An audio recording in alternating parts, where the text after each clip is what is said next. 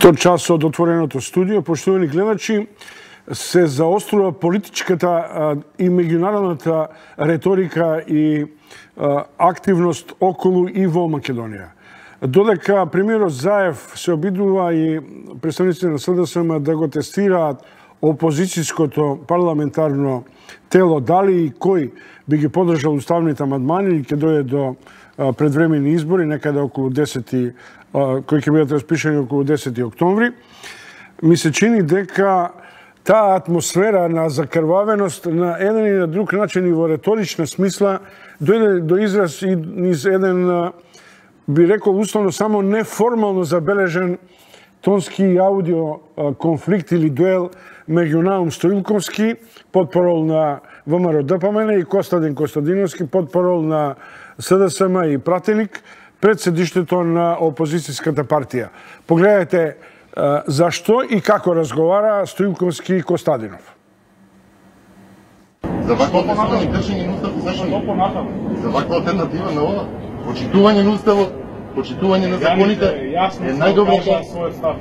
Граѓаните јасно си го кажуваат. Треба да се почитува. Кој став?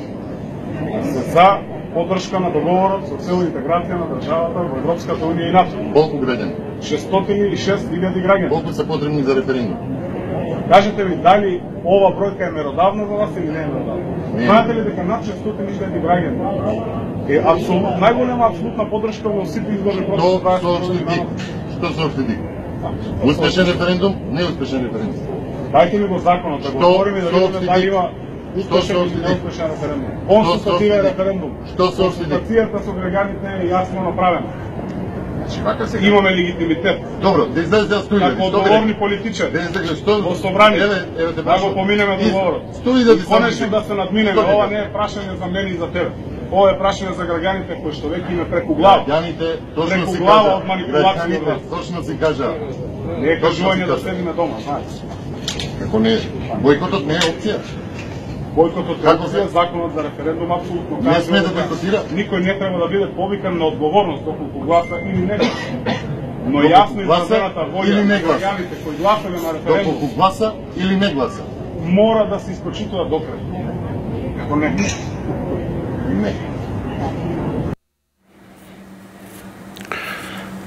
Има Тургињев еден роман "Татковци и деца", какви родители, такви деца, но ми се чини дека нивото на овој, ја би рекол, стрит разговор со политички вокабулар кој е на границата на сленг, не одава впечаток дека, иако може би Стоилковски не е некој посебен фактор, но не одава впечаток дека СДСМ и ДУИ ќе најдат на една отворена врата од ВМРО ДПМН за преговори дали и на каков начин ВМРО ДПМН, опозицијската група, ќе ги поддржи уставните амандмани.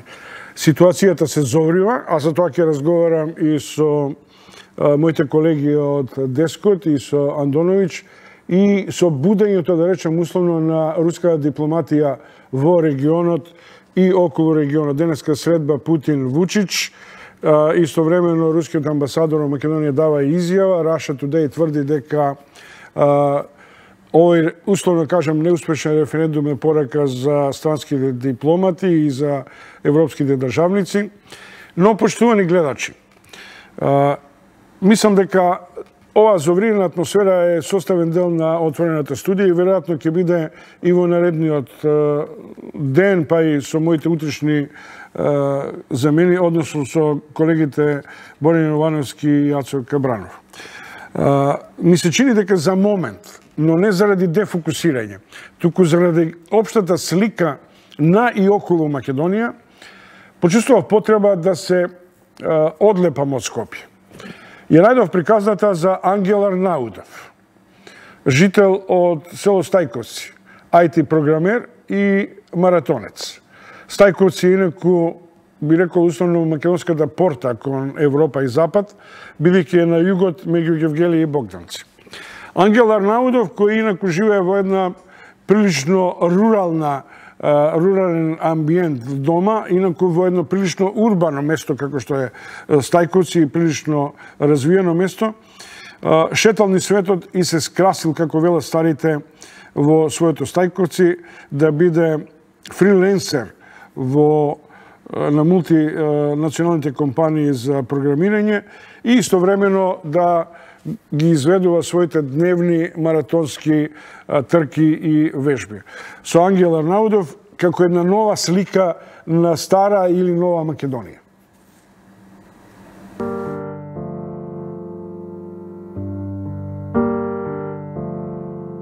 Ангел Арнаудов од Стојаково. Тоа како да му доаѓа дека сте од Силиконската долина со оглед на фактот дека сте IT инженер. Да ви го направам на оден начин портретот што го добив како некакво CV на Google. Сте почнале да студирате во Скопје, ги запознавте калдермите и автобусите, поминавте потоа во Битола со 3 годишно достудирање. Тоа ви представуваше 7 годишен период во кој споивте корисно со ученото и шетавте по светот. Зошто тоа го направивте? Кај се испошетавте за да се вратите повторно во Стојаково? До сега сум бил во многу земји, најчесто во Америка, но сум бил и во Азија, во Јапонија и сега ми е приоритет следната година во Кореја, Северна Кореја. Тука има две нивоа на твојот активизам кон светот. Едната е професијата и барањето работа, нели? Од, да речем, джангл работа по разни киоци и така натаму до зафаќање со аутсорсинг за програмирање. И втората, тоа што е твоја хоби, а очигледно станува на овој начин и професија, а тоа е маратонот. Пред да го завршам овој циклус на биографирање, пошто си препознатлив на маратонот? Колку трчаш, кај си трчал и како успеа да влезеш во елитата на маратоните во светот? Чикаго, Бостон, Њујорк, Лондон и така. Сум бил на преку 30 маратони и полумаратони. Започнав додека работев во Америка. Компанијата за која работев во Флорида даваше бонуси на вработените. Пример, за трка од 5 км ја заврши дава $250. Од 10 км 500, маратонот беше најдобро платен $5000. Колку време ти требаше да го постигнеш овој важен маратонски цензус? Некои 2 години. Без тренинг? Од Стојаково до Богданци или од Стојаково до Гевгелија. Зависи колку близко или далеку сум до маратонот. Колку поблиску сум, така ја зголемувам километражата, за да бидам поспремен за главниот ден, за маратонот. Сега добивме една слика за Ангел Арнаудов, белосветски патник од Стојаково кој се врати во Стојаково. Што е тоа што ве мами во Стојаково? Што би рекле гевгеличани или овде авата? Да, па баш таа ава. Значи, овде во јужниот дел на Македонија е мирно. Гевгелија има убав мирен живот. Нема скрупули дека живееш на село наспроти урбаното во услови кога пола Македонија емигрира кон централата, кон Скопје. Скопје не ми е баш предизвик. Да сакав голем град ќе остане во Њујорк. Ама сега со искуството со годините подобро ми е така на страна, па кога сакам ќе се качам на авион, ќе одам во поголем град. Но за сега сум тука, убаво ми е.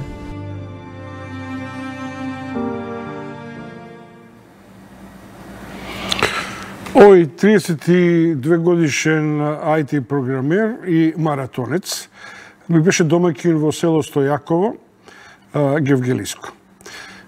Кога го сретнав, делуваше прилично необврзително и таков говор има. Меѓутоа, кога потоа ручавме малце во Гевгелија, се гледа дека е препознатлив во таа средина. Самиот вели дека динамиката на тој живот му одговара, море блиску, езеро блиску, кафеани блиску и секогаш ме подсетуваше и тој неговиот татко дека во него тече еден посебен ген врзан за поддршката што е добила од неговата почината мајка. Ангел Арнаудов како прототип на македонската живеачка наспроти овие траурни, често пати динамични, контраверзни текови на живот, сместен во Стојаково, а комуницира со светот. И со трчање, и со својот компјутер. Погледате погледате го целокупниот разговор со него во дворот на неговата семејна куќа во село Стојаково. Во време на глобално село, да речем, во која модерната технологија, IT технологијата го поврзува светот и бизнисите, кога свати дека не е најважно да бидеш во Силиконската долина или во престижните мултинационални компании, во нивните експозитури и така натаму, и да се приклониш кон овој индиски модел на аутсорсинг, кога се развиваат огромни парт-тајм или големи корпорации како логистика на големите системи. Да, па зависи на еден човек што му е приоритет. На мене ми е приоритет да живеам мирно, а еднаш до два пати во годината јас сепак одам во Америка да се видам со колегите, да направиме план за следните задачи. И имам доста колеги кои се во Скопје, кои што работат во фирми, ме прашуваат за овој начин на работа и мислам дека како што ќе одминува времето, се повеќе од овие IT експерти ќе се враќаат во родниот крај, бидејќи потенцијалот за напредок е доста поголем, како и за заработка. Во Америка, веќе спомнав дека работевте на овој начин, по тоа што читав, и на киоск продававте храна. Како стигнавте до првите бизниси во својата сфера, кога се доближивте до некакво вид на програмирање или на изведување на апликации? Тежок беше патот да се стигне до тука и се уште е тежок, мислам јас. Се уште се образувам, constant learning, што викаат американците. Значи во оваа сфера треба константно да учиш. Јас започнав на 20 години, прв пат излегов од тука, бев за Америка, и тоа работење на киоск првите 2-3 години work and travel е многу добра лекција, посебно за младите сега кои што се на факултет, за да знаат да го вреднуват денарот, доларот, да заработат за себе, а исто така и добра лекција за понатаму да не чекаат партиски да се вработат во администрација, бидејќи таму нема прогрес. Барем за тие што сакаат да постигнат малку повеќе во кариерата. Кога свати дека овој модел, што е инаку тренд сега во светот, можеш да го фатиш како сопствено лично професионално ангажирање? Тоа беше додека бев во Холандија, 2008, на пракса една година. Таму запознав еден колега, кој исто така работеше од дома за оваа фирма кај што бев јас. Се распрашував, но не се замислував да седам дома и да работам. Сепак оваа канцелариска работа ми беше повеќе предизвик. Но како што одминуваа годините, потоа отидов во Америка.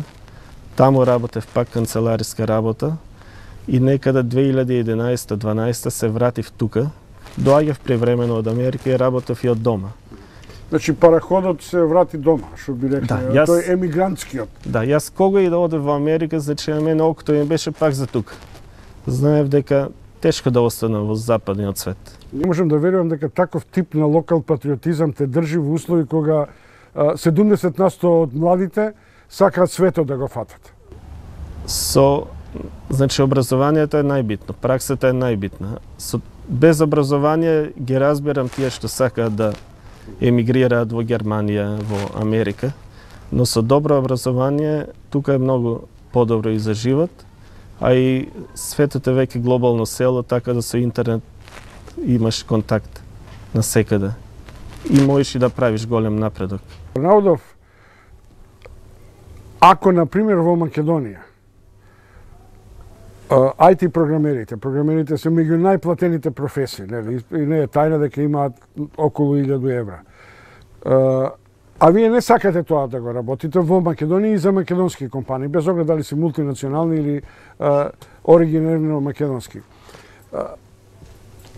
Тоа значи дека доларите што ги заработувате ви обезбедува свето тројство. На оден начин да сте дома, да можете да комуницирате со светот и доларите да ви стигаат фино многу повеќе од што македонските денари. Тоа значи дека повеќе заработувате тука? Да, мислам, трошоците за живот во Македонија се далеку помали од Америка. И сега со таа иста плата тука може да си дозволиш повеќе. Ова е еден апел до министерот Тевдовски да не размислува за прогресивен данок. Бидејќи зборуваме со фелата, имаме групи на интернет, овој рамен данок е добар за нас. Мислам, подобро е така, ние еве заработуваме повеќе, ама за тоа и плаќаме повеќе. И 10% се повеќе. Што значи фриленсер во ова работна и би рекол на овој начин прогресивна индустрија? Фриленс, флексибилност. Значи на мене ми дава флексибилност да работам од дома, да одам во Азија, да работам од таму. Потребен ти е само интернет и алатките кои се на интернет ти даваат контакт со фирмата, дали е во Америка, дали е во Европа.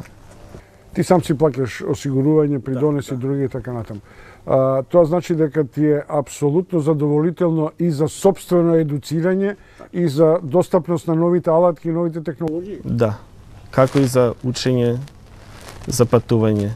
Дали менаџерот или фирмата за која во овој момент имаш некаков по-долгорочен или долгогодишен договор, од време на време ве вика на едукација, на блиски средби, тимбилдинг средби и така? Имаме средба еднаш до 2 пати во годината, во Америка, како и во Ирска. Значи, работам со 2 фирми. И од време на време одам, се среќаваме, правиме планови за 3 месеци, за пола година. Што ќе се работи, но и да се запознаеме со нови членови и да видиме кои сме. Во ова сфера, еден период Ирска беше пример за развојот на IT индустријата. Потоа се појави дел од ова Балтичка група која експандираше со ова. Кои се другите кои имаат такви белези на новите индустрии? Каде е Македонија на тој план? Македонија е се уште мала на тој план. Пример Бугарија, Романија, Србија се далеку пред нас. Но ние сме сепак, мислам, пред Грција во светски рамки. Тие заостануваат. Индија е најголем пазар, бидејќи тие имаат доста пониски цени на услуги, и Пакистан. Но сепак има клиенти кои што ќе платат повеќе за поквалитетна работа. Индија има многу инженери, па не знаеш со каков ќе работиш. Тука сепак има некој квалитет. Како се квалификуваш за бизнисот во оваа сфера на светскиот пазар? Што е твоето CV, работата, добриот збор, добрите карактеристики и така натаму? Рейтингот што го правиш, јас го билдам веќе од 2010 година. Со проекти имам преку 70 проекти завршено, преку 18.000 работни сати. И се тоа кој ќе види еден клиент што имаш, што викаат претходните работодавци, за тебе многу значи. Тоа е главната одлика да добиеш некој проект. Секако и комуникацијата. Сум бил во Америка, знаам да се представам малку по-природно пред нив. Тоа се главните работи. И нон-стоп, значи да одиш напред, да учиш нови технологии. Неодамна негде забележав дека си одржал предавање за фриленс, за слободно работилници и така натаму. Дали предизвика внимание тоа кај младите? Да. И на каков начин? Што обично те прашуваат? Како да направиш проект, како да аплицираш или колку плата за? Мислам дека најголемиот проблем тука е да ја добијат работата. Значи, тоа е може 70% од задачата. 30% се да ја одработи, но многу тешко треба се стигнува до таа прва работа. Потоа една по една се редат проектите. Најбитно е да се представат добро пред работодавецот, да покажат што знаат, што умеат, и потоа ќе самите проекти сами ќе доаѓаат. Дали ти се случило во ова, да речем условно, месенџер група, некој од колегите да се најави, да заедно да аплицирате, да учествувате во заеднички проекти? Да. И дали тоа на оден начин се прави еден фриленс холдинг систем кој би можел да биде поконкурентен на светските пазари? Има доста проекти со колеги тука од Гевгелија, од Стојаково, не има доста тука во овој крај. Кога има потреба од повеќе... Ќе ми кажеш вака доста од Стојаково, од Гевгелија, мислиш како да сте Силиконска долина, па, има, не верам дека сте повеќе од 10 на 20. Има 20, сепак 20. Тоа значи дека тие немаат предрасуди дека не им е Скопје веќе предизвик? Да, значи има 5 што знаам јас од Скопје се вратиле тука. Некои немаат одеа ни за Скопје, ме контактира, прашаа како што и сега се работат од дома. Убаво име, не им текнува за Скопје. Само за Ракомет да одиме да гледаме. Вардар. За Вардар би видите? Па сеза, шо е македонско наше? Се навивам. Што не го обновите Партизан Гевгелија? Тоа на времето беше престижен клуб за Ракомет. Да. Добри ракомет. Треба спонзори таму, најверојатно. И има доста хотели, ќе платат може. Почетокот на маратонската кариера на Ангел Арнаудов, самиот рече, почна на Флорида. Кога првпат свати дека тоа е за тебе на одреден начин престижна, а помалку и бизнис дејност која може да поврзи задоволство со бизнисот? Кога се вратив тука, започнав да одам за Атина, Истанбул, овие регионалните маратони. И убаво е од време на време да избегаш да одиш во голем град, кога си во мало место. Тренингот беше константен. Летото не толку, но сега есента, па и зимата тука има релативно топли зими. Пролетта, тоа е веќе како дел од животот. Значи јас ако не одам саат-два да тренирам надвор, потешко испијам и работам и те опушта и психички и физички. Кога првпат настапи на овој дел од елитните маратони светски? И како се аплицира, како се добива wild карта или воопшто карта за учество? Има апликации, тоа беше 2015 преку лотарија. Првиот беше Њујорк. Њујорк ми е омилен град, тоа ми беше целта да бидам дел од маратонот во Њујорк. Бев таму и знаменосец, има една приредба пред маратонот, дефиле од сите држави како мала олимпијада. И јас си го носев знамето. Потоа 2016 бевме поголема група македонци, бев пак во Њујорк. Ево групата со Камиказе, со, да, младата Чифлиганец и така натаму, така? Да, 6 луѓе бевме. И сите бевте тркачи? Сите учесници. Да, ама имаше поголема група со нас. Ние 6 бевме, сите го завршивме маратонот. Потоа дојде Лондон. Таму имав чест металот да ми го даде Кейт, принцезата Кейт, на финишот. Берлин сум бил. Токио беше доста интересна авантура, комплетно нова култура. И на крајот Бостон, кој беше најтежок, но и најсладок маратон. Кога Кейт ти го доделува медалот, зашто добиваш медал? За учество или за некаква престижно остварен резултат? Сите што завршуваат маратон добиват медал. До одредено време, секој маратон си има. Таму има по 5, по 10, по 50.000 учесници. Има по 50, ама до 30.000 ќе завршат, 35, другите се откажуваат. Секој кој што ќе заврши добива медал. Тоа му е сертификат некаков? Да, добиваш и сертификат плюс, но медалот е посладок, кој ќе го дадат и потоа имам една колекција од преку 30 медали, но и главниот од 6 најважни маратони, тој е уникатен и се добива по завршувањето на последниот маратон. На годишно ниво? Не, тоа е еднаш во животот и имаат они, се вика, зид на славните. Сите кои го завршија маратонот, потоа ги има по име и презиме од кај што доаѓаат. Ние сме двајца засега од Македонија, јас и Атанас Наумов од Неготино. Што сте ги завршили сите 6, вклучувајќи кој најпрестижен или не е важно? Бостон е најпрестижен и најтешко може човек да влезе таму. Но сите имаат исто. И сегде е иста километражата, 42? Да, 42 е маратон. Значи има 21 е Сега е полумаратон. урнат светскиот рекорд, мислам. Да, во Берлин. 2 сати, 1 минута и 39 секунди. Магична бројка може да се симне. Тоа е целта, од 2 мислам. часа. Имаше еден предизвик во Италија, дали во Монца, на патеката.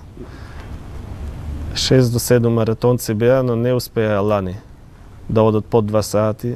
И мислам дека Колку е твоето најдобро и најрационално време на овие маратон? најдобро ми е 4 сата и 10 минути. Тоа беше во Лондон.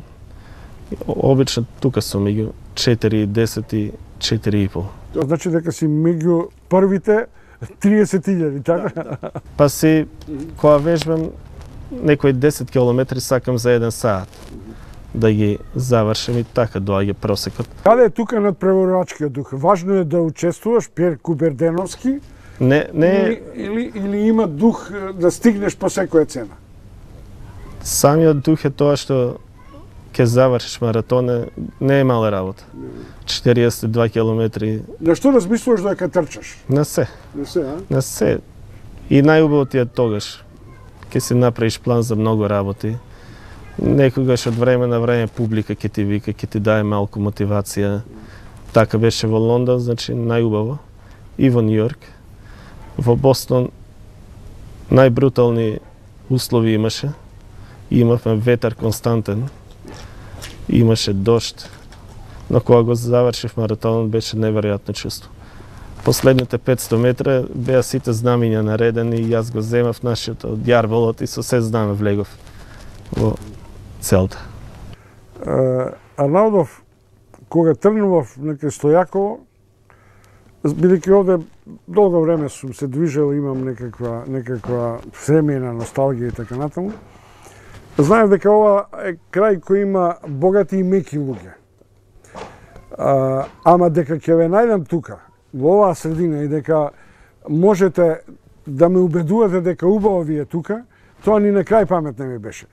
Како ќе ме убедите уште еднаш да им кажам на моите гледачи дека добро се живее и во Стојаково, и во Неготино, и во Кривогаштани, и во мој синоним е Пардејци, нели? А при тоа да си надвор од урбаната средина, а да живееш на начин на кој ти обезбедува некаква комоција и просперитет. Да, како што реков, веќе светот е глобално село. Со добро образование, без разлика дали е IT или сметководство, менеджмент се, може да се избега од големите градови, може да се бара работа на овие фриленсинг платформите, затоа што, пример, во Скопје секој губи 3 до 4 сата по транспорт од дома до работа и назад. А тоа може многу покорисно да се искористи. Еве тука ние сега за 10 минути сме во Гевгелија на кафе. На трчање. Уште се саат време. Да, мислам имаш флексибилност. Јас кога сум тука, летото пример во 6 саат са бајле, ќе одиш, ќе вртиш 13 километри, во 8 можеш на работа да си почнеш. Кога почнуваш на работа дома? Ако не одам на тренинг, 7,5 ми е алармот направен, во 8 сум веќе на работа. Ако одам на тренинг, 5,5 станува. Како изгледа твојот работен ден на фриленсер контактираш со своите партнери, добиваш задачи, соопштуваш информации до кај си со обработката? Не е лесно да бидеш фриленсинг. Многу луѓе имаат заблуда во тоа дека ако седиш дома, работиш од дома, ќе ти стигаат само пари и ќе ти биде убаво.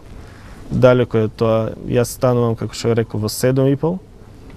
Некаде до 12 ги завршувам обврските од претходниот ден.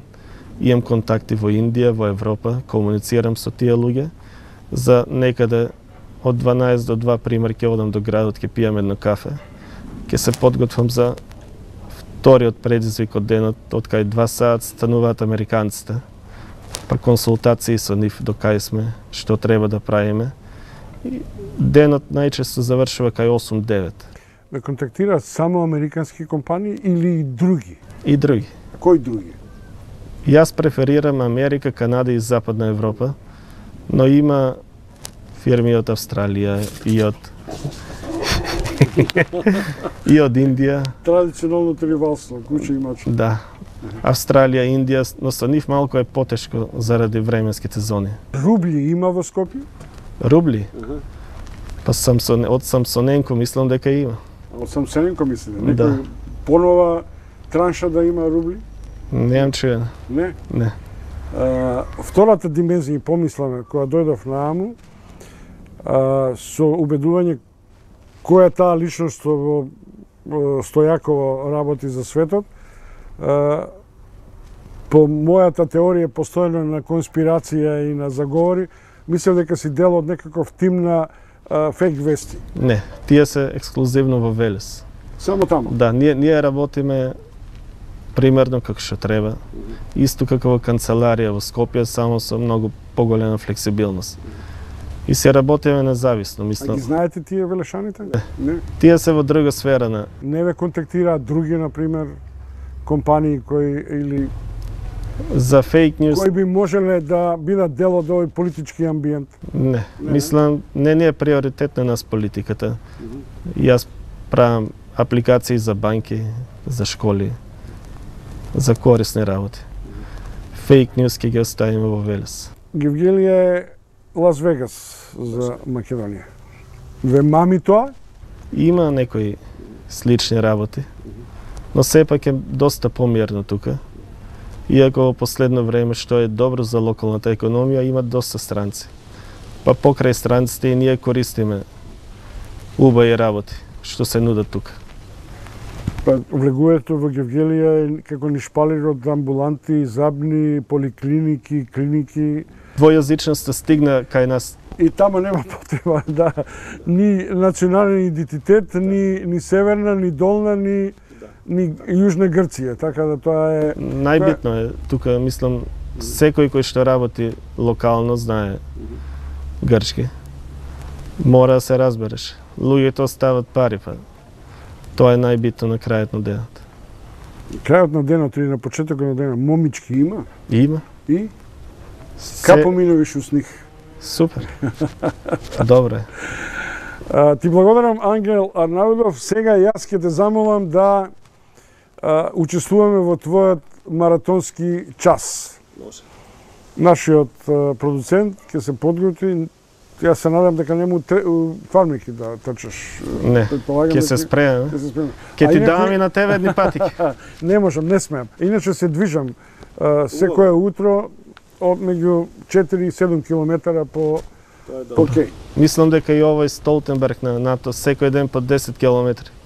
И да врне и да вее тој по 10 километри секој. Ја може да аплицирам за генерален секретар, иако Не, вие сте до 7 километри на 10 кога ќе стигнете тогаш.